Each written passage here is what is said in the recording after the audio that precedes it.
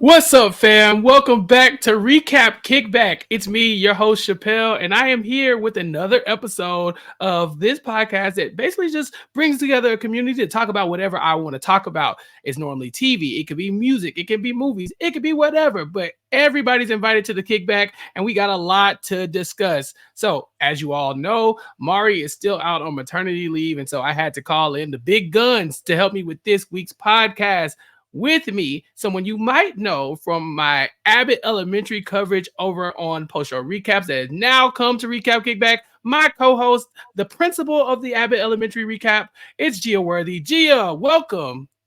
Thank you, Chappell. Now, I want to believe that I will be an adequate replacement for Mari, but we both know that is not true. That we can never be Mari. Well, none of us Right. can ever. It's not. Listen, it's just a fact. It's not time for the oh no, Gia, like you're great. I know, but like I'm not Mari, and we know that. But Look, I also didn't I'm not. recently have a child, which makes me qualified for being on this edition of Recap Kickback.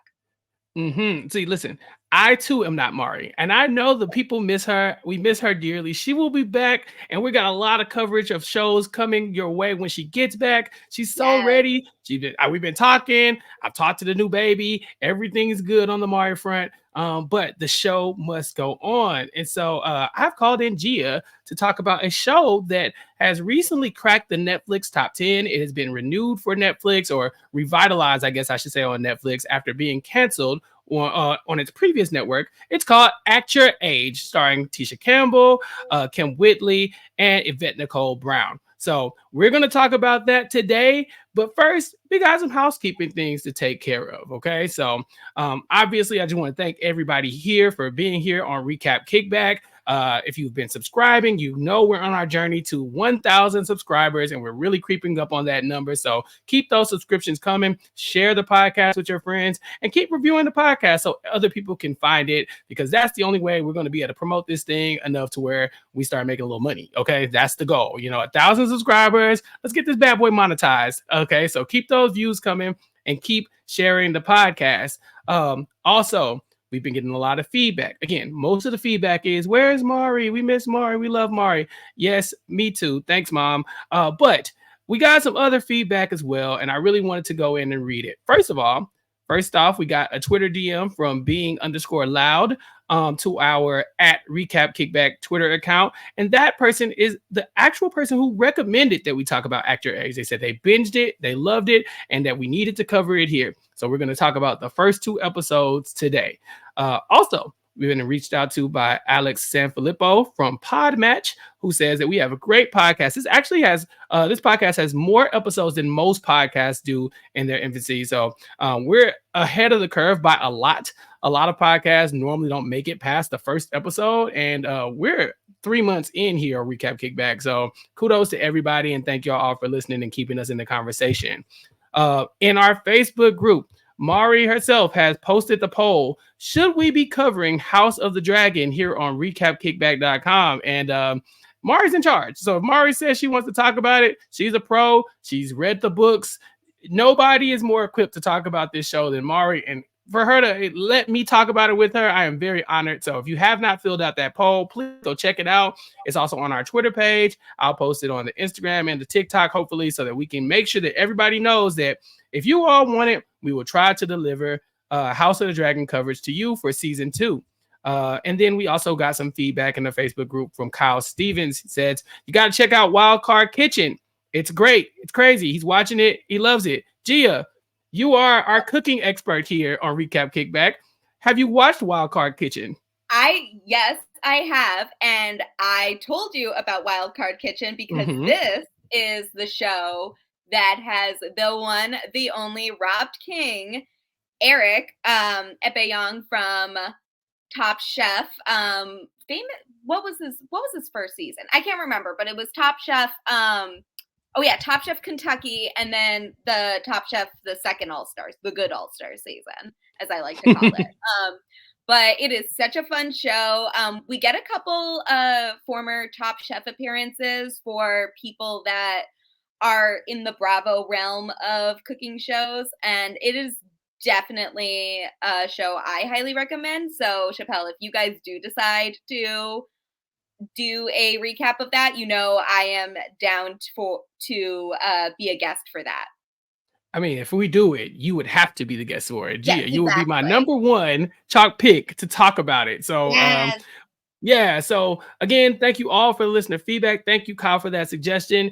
We'll talk it through. If we got this time on our schedule, we can talk about the first season. It's already out, so we can get caught up on that. And then maybe if they come out with another season, we could be right there to cover it too.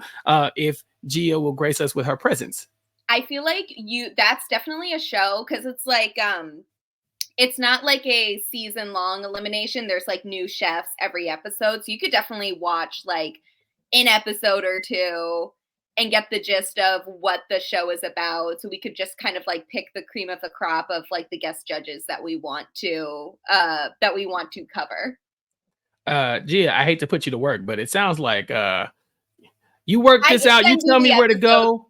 I can send you the episodes that we're watching. Oh, yeah. All right, cool. Yeah. All right. So thank you, Kyle. It looks like, look, you ask, and so you shall receive. Gia and I will get that to you ASAP. Thank you all again for listening, giving us the feedback. Last episode, we talked about Black Twitter with Nicole Weaver, Tyrone, and Jay West. And it was a great panel discussion about the Black Twitter documentary on Hulu. But now we move forward to our next big project, Act Your Age. And so Act Your Age, as I already told you, came from Bounce TV. It was on Bounce TV in 2023, and it was canceled, but it's now found a new life on Netflix and has cracked the top 10. Netflix has a track record of revitalizing shows. One very popular show, Arrested Development, was canceled in 2006 and then brought back in 2013, I believe, by Netflix.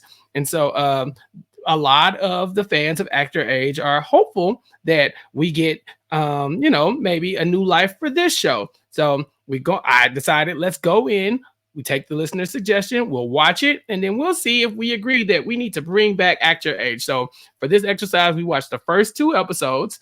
They are found on Netflix, and Gia and I are going to discuss and make a point for why we should bring back this television show. So straight out the gate, I have to ask Gia, did you enjoy this? I did.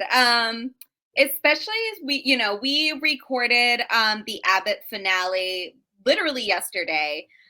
So I have run out of sitcoms really to be watching right now. And I feel like this is really like the type of show I am looking for. It's reminiscent of one of my favorite shows. I feel like some of the comparisons to something like Golden Girls are apparent, but it also has its own spin on everything as well.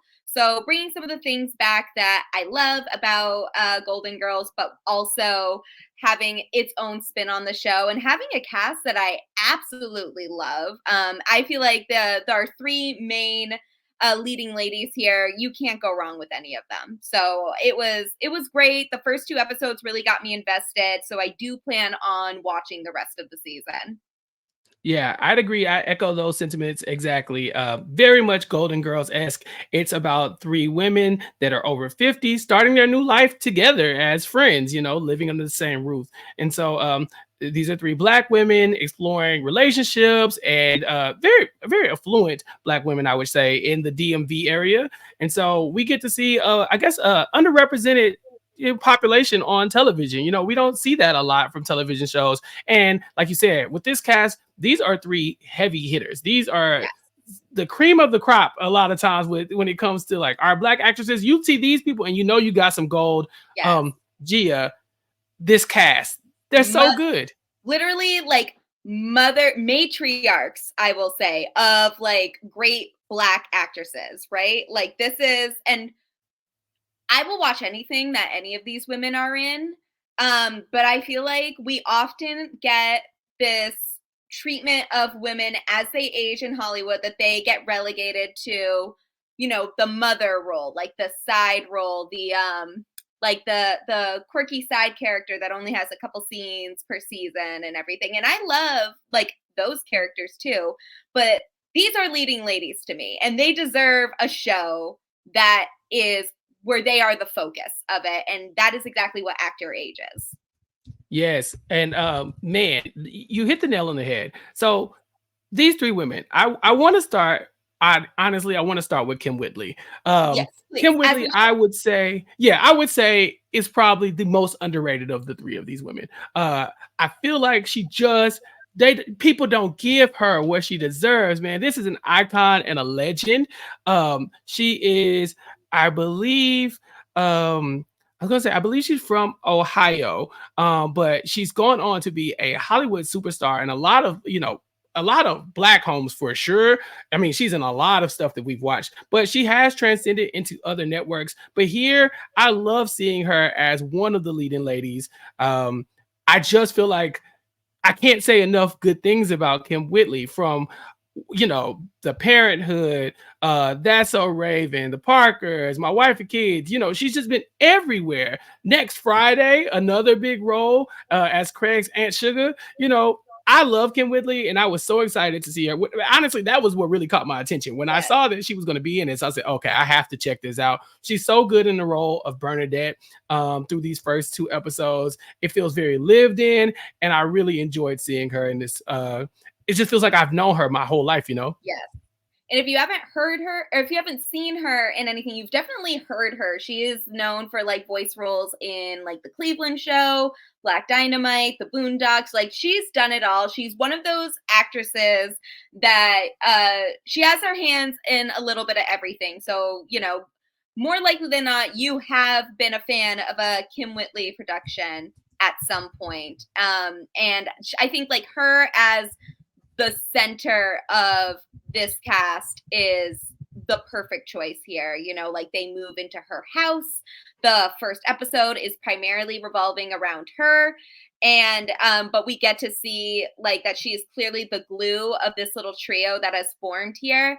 And it's been and again, this is where we really start to see like she is an affluent realtor, I believe is her position on here. And somebody that has really reaped the success of her work over the years, and like able to have this amazing townhouse apartment. Like a penthouse. Yeah. Like, they? Yes.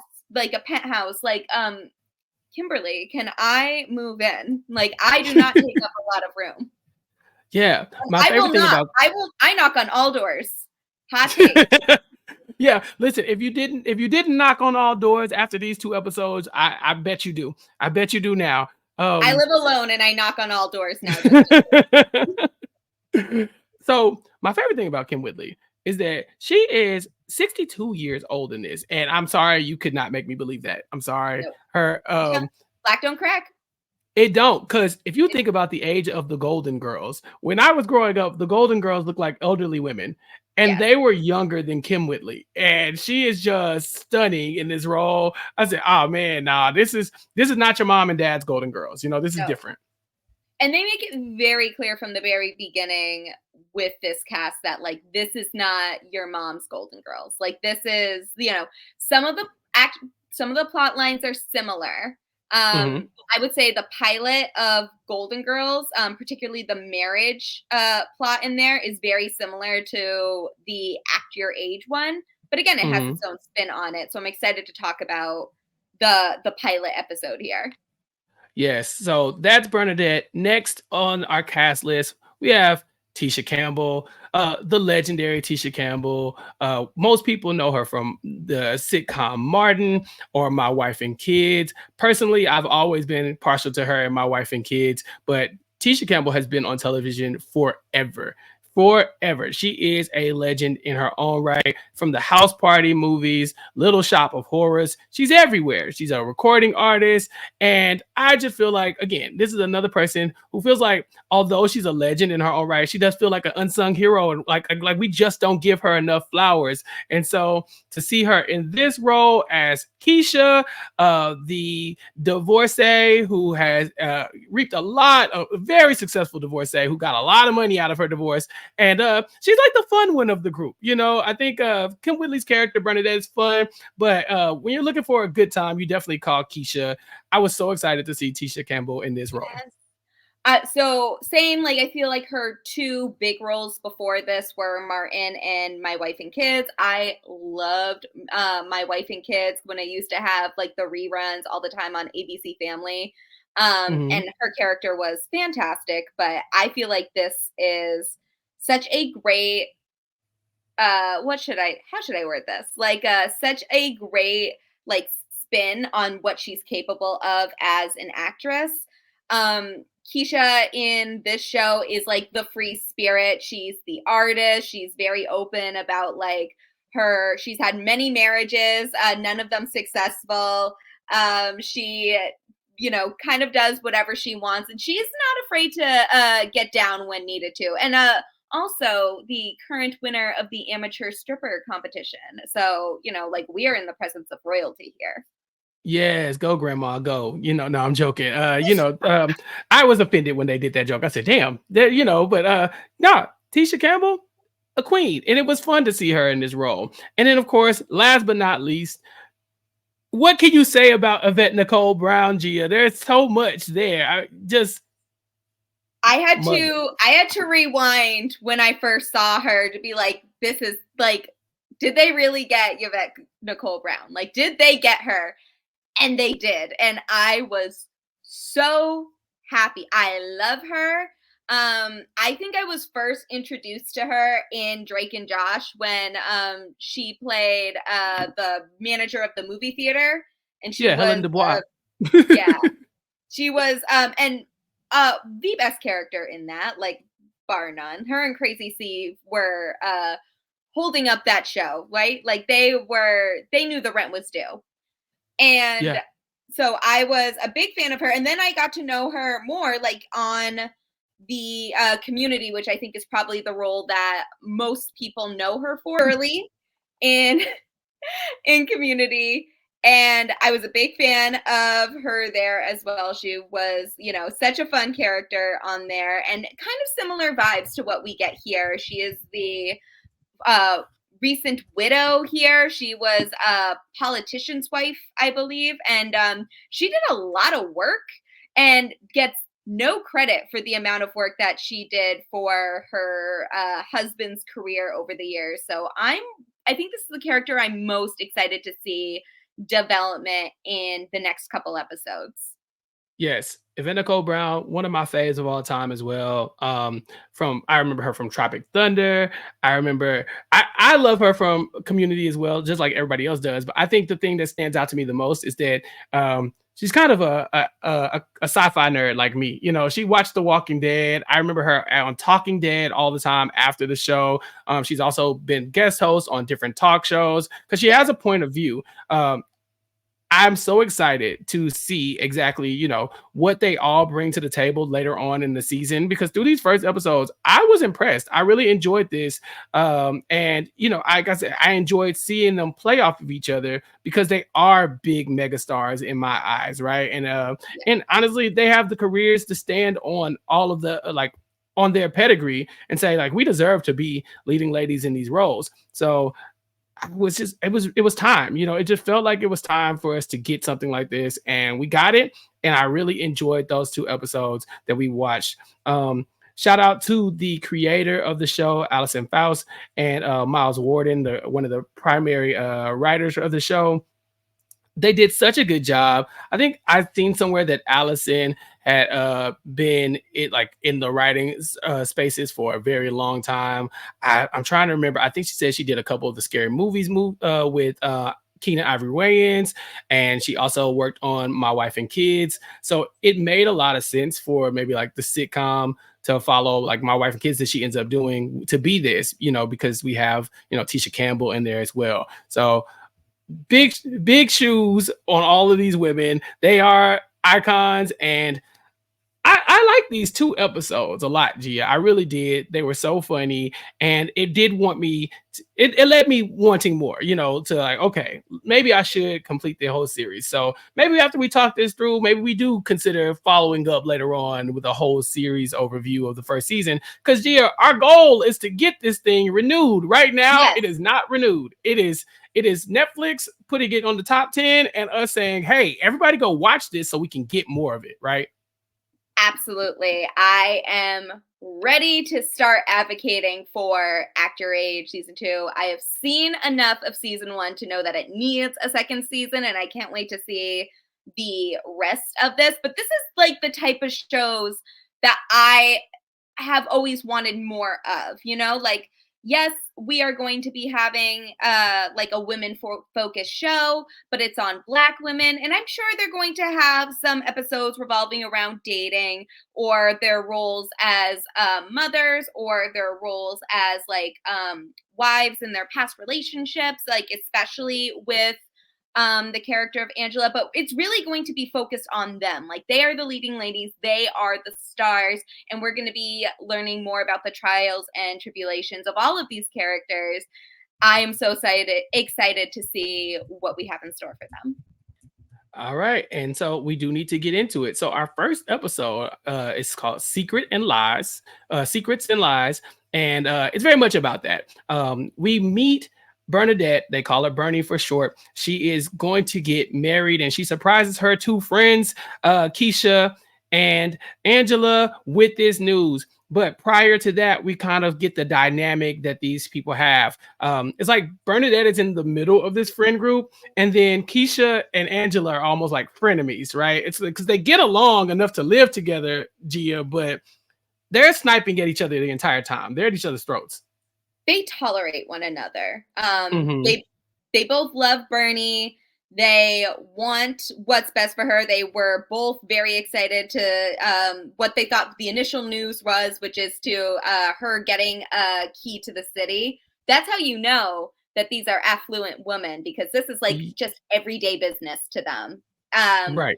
Yes. And so we get an idea. We get the vibes on there. So like but these are clearly two very different women. So you can kind of put two and two together for maybe why they don't always get along. Right. And so Bernie is getting the key to the city. They come to see her, but the surprise is that she's getting married. She's getting married tomorrow to a man named Richard. And there's immediately some trepidation from Angela. She doesn't feel like this is right. You know, it feels very rushed. And she thinks that maybe they're getting married for the wrong reasons. And so deep down in her mind, she's thinking, how do I make this wedding stop? You know, this is obviously a mistake. How do I shut it down? But Gia, there's more drama coming her way because Bernie also has a secret that she's been holding from Angela. Apparently, Angela's late husband, Davis, who we can't stop saying so much good stuff about, he and Bernie once slept together prior to him passing away. And Gia, I was shocked because I was thinking, oh, we're getting into this right now. We're doing this now. Episode one. Okay.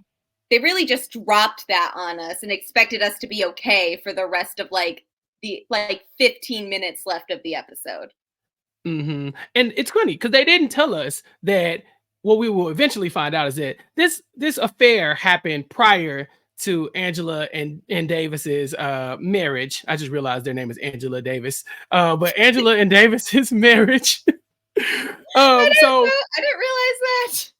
Yeah, so technically, I guess it's not an affair, but you know, this man has lived a life. I think he was married to Angela for 30 years and then he died. So this is a secret they've been keeping from Angela for a very long time.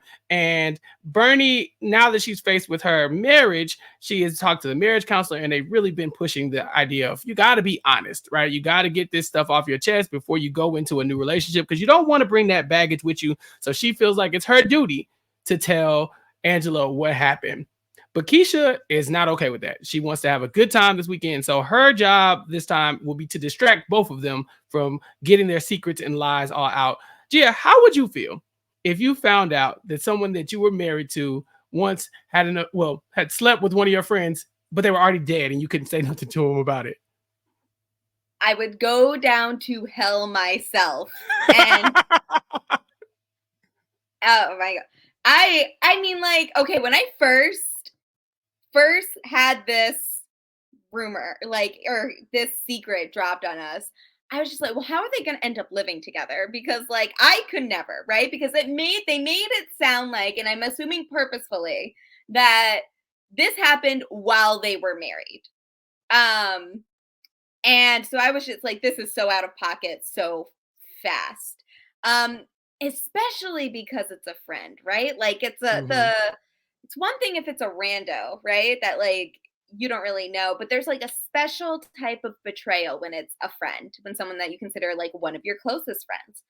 Mm-hmm. But you know, like these people do have past lives. So, you know, if this was something that happened before, I feel like I wouldn't care as much. Like, I Mm-hmm. don't know. It's a tough I one. would be mad I couldn't at least get revenge about it since like the husband was dead. Cause like you should have told me, you know? Right. Like I feel like this is something that could have been covered like before the wedding happened Mm-hmm. and it would have been fine. But you know, they gotta be extra about it. Right. Now I'm with Davis on this one. I'm taking this one to my grave. You know, you gotta like y'all can Nice. sort this out once I'm going. Figure it out. Absolutely not. No, he got off too easy. All right. Let us discuss that Davis got out of this scot-free. And Mm-hmm. only Bernie had to deal with the fallout here. Yeah, that is true. One thing we will learn about Davis is that Davis was the mayor at one point, and so Angela was essentially the first lady of the city that she was living in. But she's also very affluent in her own right because she was in law school with the Obamas. So it was her, Davis, Michelle, and Barack in law school, and she is quick to remind us that she was number one of the four of them. And so while Davis has managed to exit this earth without any of the blemishes on his record, she has yet to get the accolades that she deserves for being the strong woman behind the man, but also probably better than him in a lot of ways. You know what I'm saying? Like she wasn't keeping something like this away from him. Well, kind of. We find out later on that she did too, maybe have a relationship with her ex prior to the marriage. But if it's prior to the marriage, Gia, does it really count? I feel like that's on like that is between the couple. You know, if you Mm-hmm. guys are fine with it before you're married, then good for you. Me, I am Mm-hmm. nosy. I want to know every relationship you had prior to me, like before your life changed for the better. And you know, like I want to know all the details, right? Like I want to Mm-hmm. know everything. I don't think I'd get mad, but I still want to know, you Still know? want to Like know. yeah. Mm-hmm. Another person who has a secret that they're keeping is Jacob. Jacob is Bernie's son.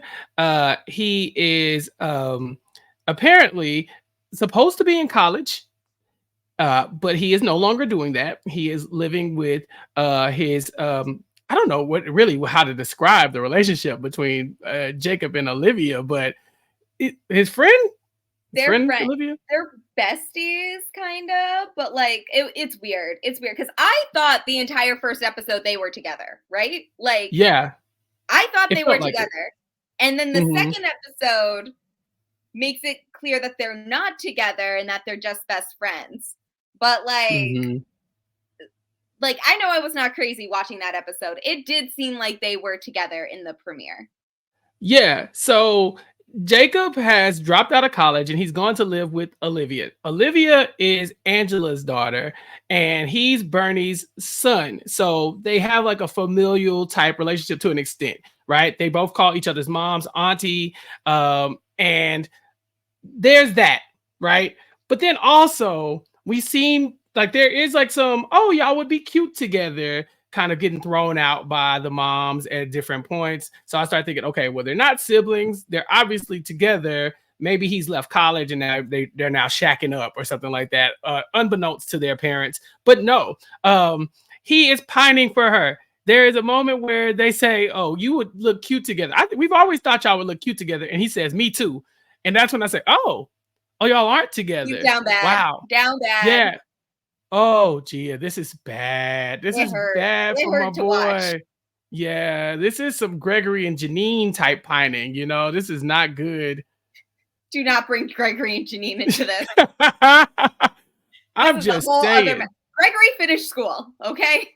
That is true. That is true. No, Jacob is just living with Olivia and secretly being in love with her while hiding that from his mom and trying to break up her marriage. They got a lot going on, Gia. Jacob's got to get a lot together before he starts stopping his mother's impending nuptials, right? Like Mm-hmm. you got to figure out the college thing, or at least tell Bernie about the college thing. and then maybe figure out what the Olivia situation. Like, you got a lot. Pick a struggle. Like, you gotta. There's just so much going on right now. I'm stumbling over my words now because it just like there's just so much, sir, that you need to sort through here. Yeah, and he's very funny. The actor who plays Jacob had me dying throughout this, and I had actually never seen him before, so I wasn't familiar with his work. His name is Nathan Anderson, and I'm looking now. He seems like a relatively new actor, and so I'd be very excited to see if he's in anything like in a lot more projects moving forward. But I do think think he's got a good chemistry about him on the show. And then of course there's Olivia as well, who another probably younger actress that I had never heard about before, but I was actually very impressed with her role here because she's completely oblivious to Jacob and his pining for her. I mean, it feels like she's oblivious, right? She did let him come live with him, so I mean with her, so there's no way she really knows that he's in love with her, right? I don't even know. Like, how much does she know? Maybe it's one of those things where she's like, yeah, maybe, but also we're friends and we don't want to like ruin that. I'm sure we'll learn more in the rest of the season, but like this relationship is the biggest question mark to me because I don't know what direction they're going to go into like with these two. But the actors themselves were great. Yeah, that's Mariah Robinson from Chicago Med, and from various other projects. And so I'm very eager to see what happens between the two of them. But our more pressing matter is this wedding and also these big reveals. So Keisha knows that she needs to distract Bernie and Angela, so she decides to take them to a gentleman's club where the strippers are scantily clad, and so are the other patrons of the gentleman's club. And that's when it starts to really set in, the age difference between these women and maybe some of the younger leading ladies of other shows, because they're comfortable in the gentleman's club, but they're also like a little bit more buttoned up than you would think for people at a strip club for a bachelorette party. But yeah, they were able to get VIP bottle service because they dropped Angela's name. Now that's when you know you got some clout. Bootleg Michelle Obama is doing it. My heart broke for her when somebody called her that. It was so bad.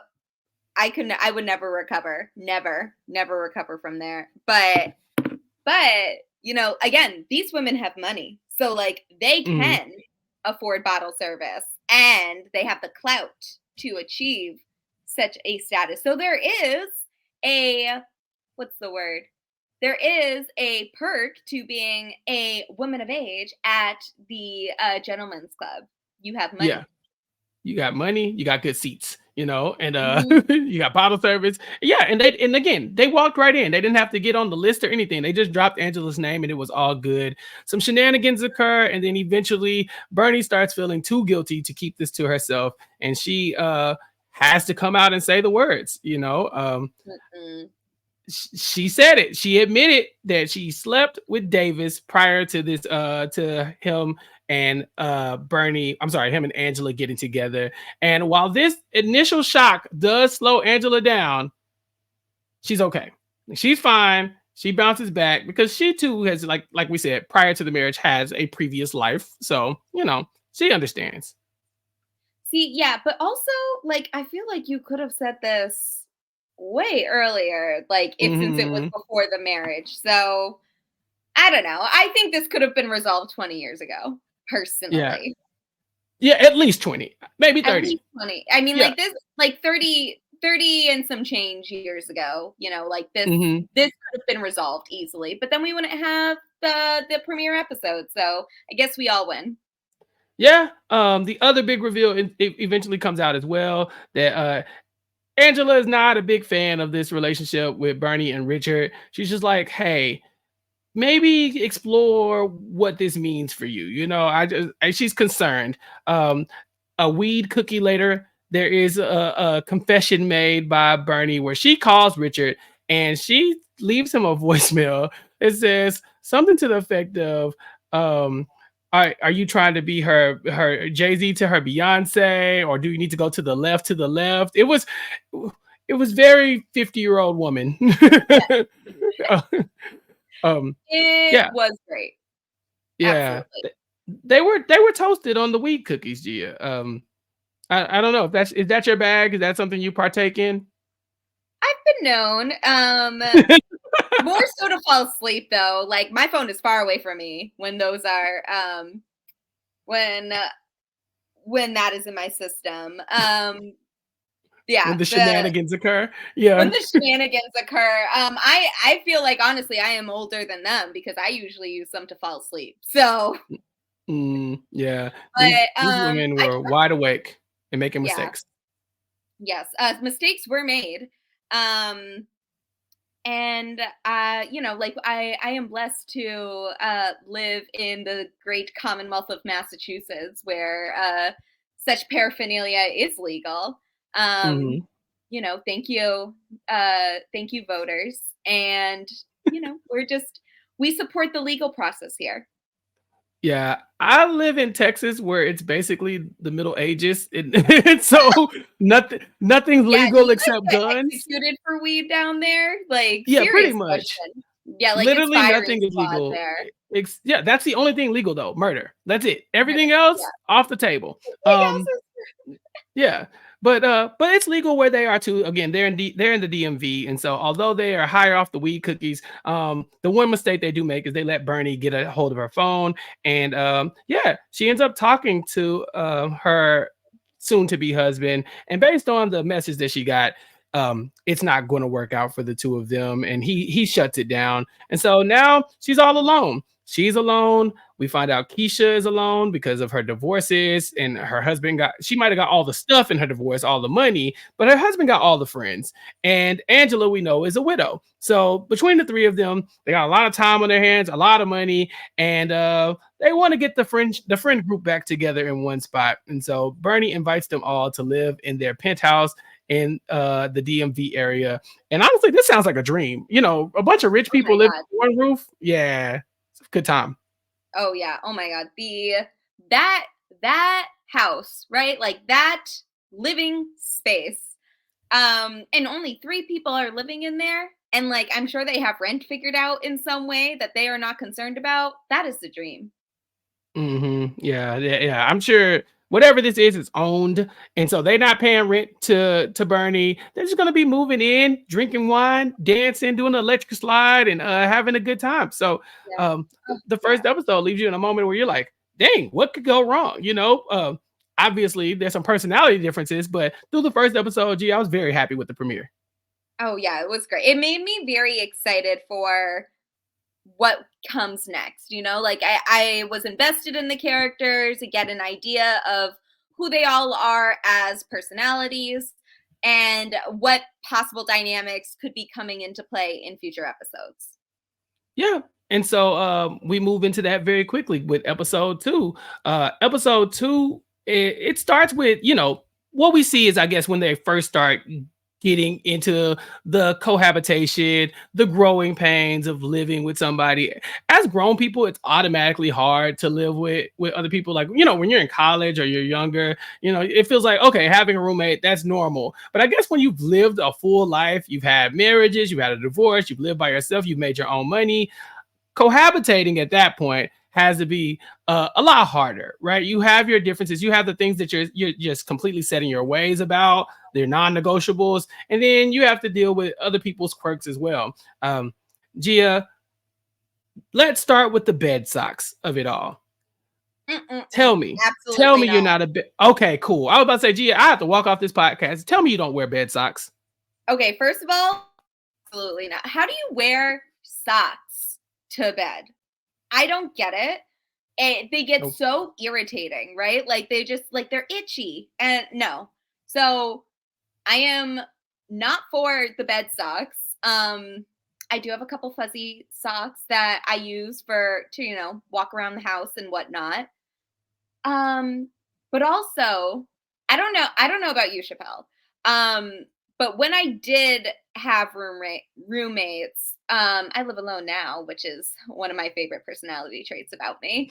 Um, but why would you just take someone's socks out of the dryer and wear them yourself? Like, Bernie, I was rooting for you here. And I just can't support that. I'm sorry. What's mine is mine, and what yours is yours. Yeah, they've known each other for a very long time, but please don't just take my stuff. Like that just feels like a My bare minimum requirement of friendship. I think like my longest friendships have been like currently are the ones that have lasted like 10 years and stuff like that. Like even then I am not borrowing anybody's socks. I'm not just taking somebody's socks to use for myself. If I need a pair of socks, they will give me a pair of socks, but like I'm not down bad that bad yet. So you have a lot of siblings. What Yes. about a sibling? Because siblings often kind of adopt the yours is mine. I was just about to get into that, and also absolutely not. Absolutely not. No. I think it helps that I have one sister and 3 brothers. So brothers are not necessarily looking to wear my stuff anytime soon. Mhm. And my sister and I have like different enough styles where it's like if she wanted like to borrow something, or she needed like socks or some new outfit or anything like that, I wouldn't mind giving it to her. We're similar sizes, so that wouldn't be a problem. But just taking it, like I can't imagine going into her room and just like grabbing something like it's mine and wearing it out and just like acting like there is nothing wrong. Like at the very least you ask. I think this is like a very specific sibling experience, but also absolutely not. But I know that like the typical sibling experience is that it's like what's yours mine, and what's mine is also mine. See, for me, I'm a what's mine is mine. If you want it, ask for it, and you will probably get it. I am not that territorial about my stuff. My brother is the polar opposite of me. He knows that I am not territorial about my stuff, so he takes it freely. My Which brother would one is take food. Are you the older one, or is he the I older am the one? older one. I am the Yeah, older that one, checks yes. out. Yeah, and he would take food out of my hand and not even ask for. I'm talking about if I have a plate of fries, he's reaching in the fries and walking away as if nothing If happened. we're talking about food, absolutely. Absolutely. They're menaces. I am starving because of all of them. I have walked into plenty of rooms where my brother is half of his outfit is mine. And it's it's normal. I'm like, how did you get that? How did you get into my home? You know what I'm saying? Like those are the questions I asked my brother, and he has no qualms about it. So my dad famously says that my brother's favorite food is whatever we're eating. Like whatever I am eating or he is eating, that's my brother's favorite food.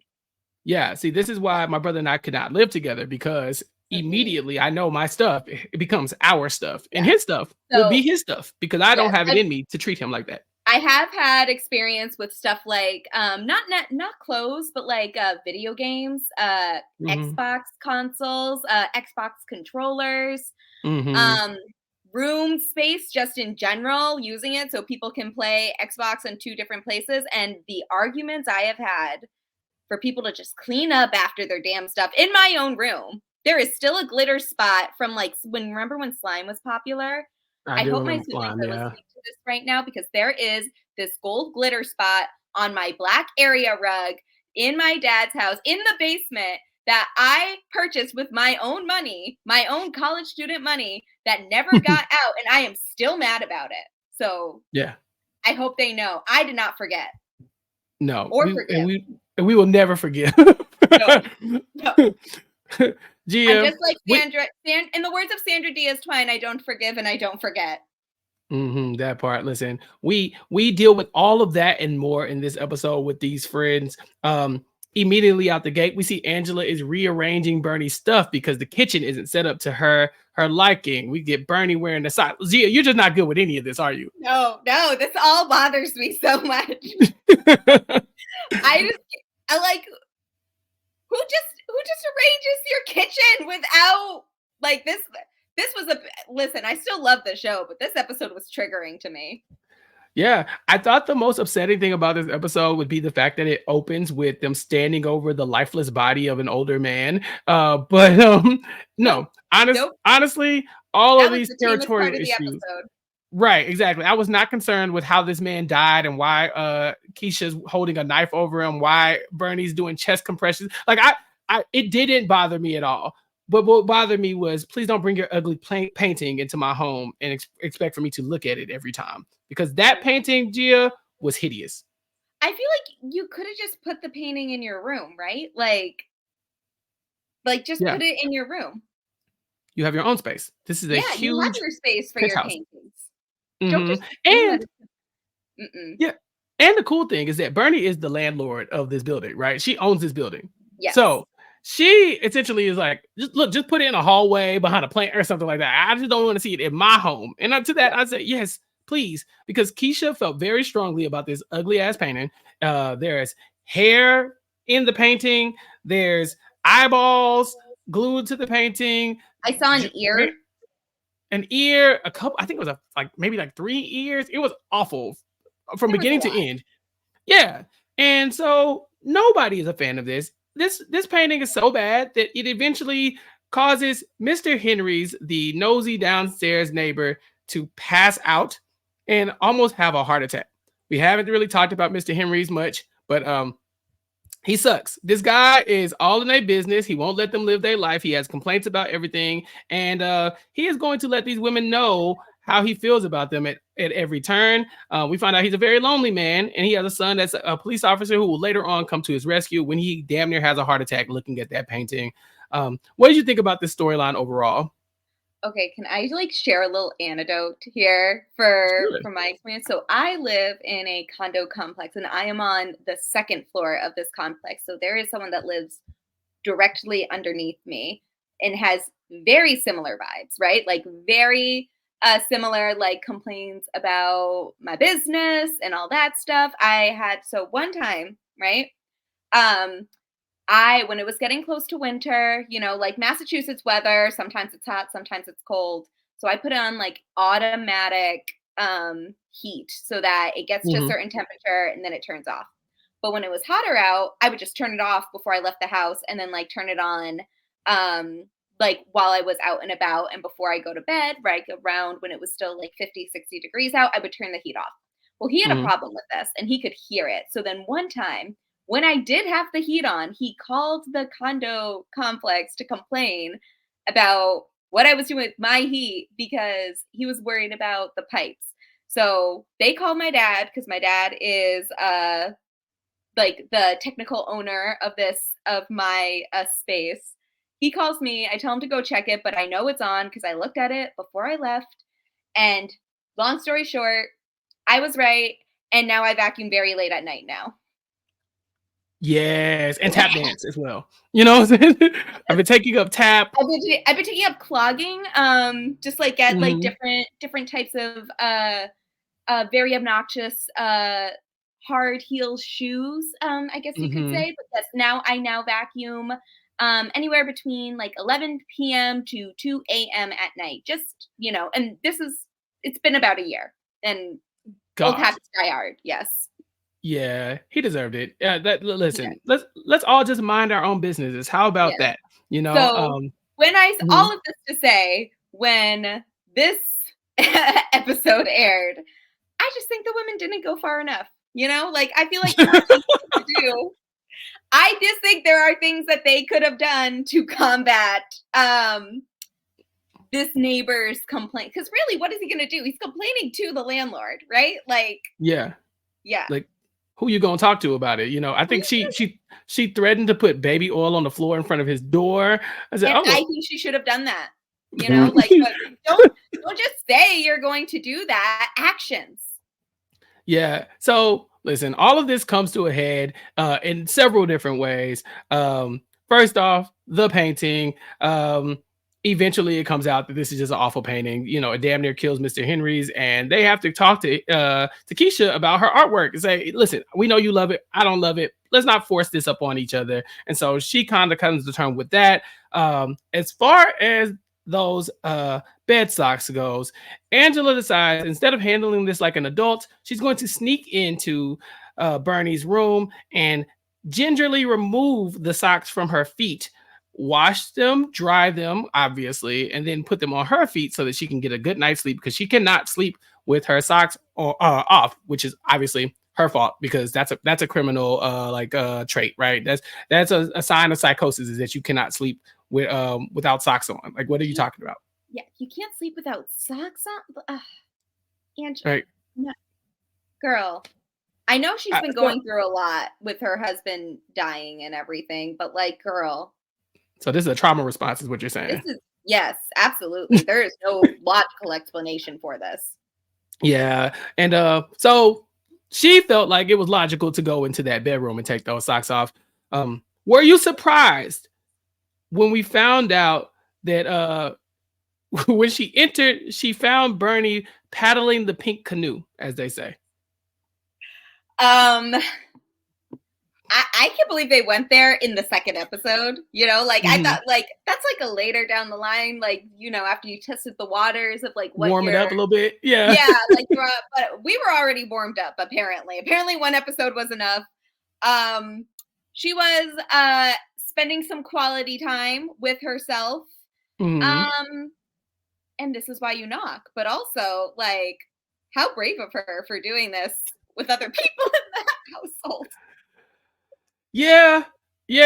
This was a shock. Angela is probably the least equipped person to walk in on something like this as well. Like, of the three of them, she's the one who this is going to hit the hardest for. Okay, and so because of this, they have to establish some boundaries, some normal ass boundaries. Not before you enter.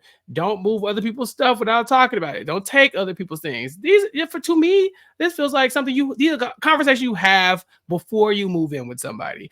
You shouldn't have to stay with somebody for a week and all of this happen before you realize we should set some rules. And like, I get that they were all friends before this. So maybe they thought that they did not need to do something like this, but also like, this is like the first thing that you do when you're an RA or like when you go to college is that you make a roommate agreement. Don't touch my shit. Don't, you know, knock when you come in, or have a code for when you need some alone time in your room. Like there's, you know, there has to be rules, because otherwise chaos erupts. Yeah. And there was chaos, but they got to the bottom of it. They all came to terms with what was going on. They saved Mr. Henry's life, and then they move on to bigger and better things. But the B plot is something that I really wanted to talk about. Olivia and Jacob, they're still living together. And like you said, in this episode, it becomes abundantly clear that there is no romantic involvement between the two of them. But they are cute together, Gia. The whole Black Dean of it all. Do you remember the plot to Black Dean too? No, I do not. And I feel like I felt very Caucasian in this moment, I will say. Look, they made this shit up, but Black Dean apparently is a fictional Black cartoon superhero or superhero character who is a mix. Like it feels like maybe very Black Dynamite, Black exploitationist, because he's an African American studies professor, so he wears a bow tie, obviously. And his superpower is that he is the HNIC, the head Negro in charge. Again, obviously. And his catchphrase is, you just failed your pop quiz. And so this is their favorite superhero together, Olivia and Jacob. They bonded over him. And so Jacob has decided that he wants to dress up as Black Dean so that he can win the affection of Olivia, who would then be Black Dean's nosy TA that he wants to seduce and ride off in the sunset with in a Cadillac. So that's what Jacob's going for here. And he does dress up as Black Dean. He's got his underwear on the outside of his pants, very Quail Man of him. He's got a bow tie, very Nation of Islam of him. And it's a little raggedy, not gonna lie to you. It's not the best, but you can tell he's putting effort into it, Gia. Are you rooting for Jacob? Oh my God, yeah. Like, he is a nerd. He's like adorable little nerd. He's got to figure out a lot in his life before I personally think he can be pursuing a romantic relationship, right? Like, He's Mhm. got to still like. I did not forget about the college thing. Okay, like Right. he still has not told his mother about it. So he needs to get himself together. But he does mean well, and he does seem like a very sweet kid. I really shouldn't be calling him a kid because like he is of college age, but like to me, college students are still kids, right? Like, Yeah. Yeah, yeah, that's still them babies. These are they're babies. children. Um, Yeah, yeah. Unfortunately for Jacob, Olivia does not have eyes for him, but she has eyes for a man named Malcolm, who is a more polished version of Jacob, right? So Jacob has his makeshift outfit that he completely made from scratch, you can tell. And then Malcolm walks in in his very much, official Black Dean costume. And it's clear that Olivia only has eyes for Malcolm. And it's like, this is the struggle, right? We're going to watch Jacob pining for her while she's with the other guy who's got it all together, who's got the good outfit, who's very smart. He quotes bell hooks. What else could you want, as far as Olivia is concerned? But Jacob is right there. By the end of the episode, he just looks over and says to Malcolm, I hate you. And so he can't even hide his disdain for this man. Jacob is in hell. He's down bad. And personally, I'm rooting for him. I gotta watch the end to see if he makes any type of progress by the end of the season to yeah, winning Olivia's heart, because she just doesn't feel like she's interested at all right now. yeah. I think they both just need some time to kind of figure out what they want, and maybe it does end up that they're better off as friends. I'm not necessarily like sold 100% on their relationship right now. Like just because you grew up together doesn't mean you're for one another. Mhm. But I do like the characters separately, and hopefully that means like if they do come together, it'll be a very cute relationship. Yeah, Jacob talks to his mom Bernie and tells him, tells her like, "Hey, Olivia is just, I'm in love with her. It's I know it's my deep dark secret." She's like, "Bro, everybody can tell. Everybody Yeah. knows. Anybody with eyes can see it, except Olivia, apparently." And he tells her that I'm crazy about her, but I don't know how to move about this because she's my best friend. And she gives him some sage wisdom. She says, sometimes it's better to have a best friend than the next lover. And so, this could end bad for him. Like you were saying, maybe they're not made to be together, but it feels like he's not going to come to that conclusion easily. He's going to have to get some bruises throughout this season before he decides Yeah. to let that one go. But again, I can't help but root for him. I think Abbott has desensitized me. I think it's made me soft. I think it like after the season we just went through, it's like anything is possible, like we can, Mhm. but also he is just like a lovable character. He's young, he's kind of nerdy, he has a lot of stuff he has to figure out. Like you there's nothing to dislike about him yet. He's very funny. So like Mhm. I want good things for him, but we will see what those good things are down the road. Yeah, we will definitely see, because those are our first two episodes. That's Act Your Age, episodes 1 and 2. We have, obviously, there's more episodes of the season left, and we will cover that if you all decide that you want to hear it. So please leave in the comments on recapkickback.com or YouTube page, youtube.com/at recapkickback. Drop down in the comments and let us know. Do you want more coverage of Act Your Age? Should we finish the entire season, or should we move on to something else? You let us know, because personally, I don't want this show to be canceled. I've been seeing a lot of good feedback on it since it's hit Netflix. And again, if we're not watching and supporting our shows that are Black led or minority led or people of color led, then they're going to fall to the wayside. So many of the other shows have been put on pause, such as Summer House Martha's Vineyard. Rap Shit is gone now. Grand Crew is gone now. You get my gist. We're losing a lot of recipes here, y'all. So we got to push through and we got to promote these shows when we have them. Absolutely. 100% cosign everything. Yes. And Gia, in the Yeah. meantime, Abbott, we know, has been renewed, because Abbott will go on forever. It will go on forever and ever and ever. And so we will be back next season to talk about Abbott Elementary season 4 episodically right here on recapkickback.com. But in the meantime, thank you so much for coming on here and talking to me about Act Your Age. It's been so much fun. Thank you. And thank you for introducing me to the show. I have not been really keeping up with the Netflix shows in general. So this was a like a nice treat for me. Like this was a nice little surprise to my week that I ended up really enjoying. Yeah. And until Abbott returns, what else do you have going on in your world? Oh my God. So you can follow me on Twitter, Instagram, and TikTok at Classically Gia for all of my reality TV shenanigans. Over on Silent Podcast, I am recapping. Chappell and I just finished actually recapping Survivor 46 on my podcast. I don't know about that. And we are finishing up Quickfire Queens over on Silent Podcast. The Top Chef Wisconsin is the season that we're currently recapping. And I'm very excited to see how this season ends, even though, again, this was like the worst elimination almost ever.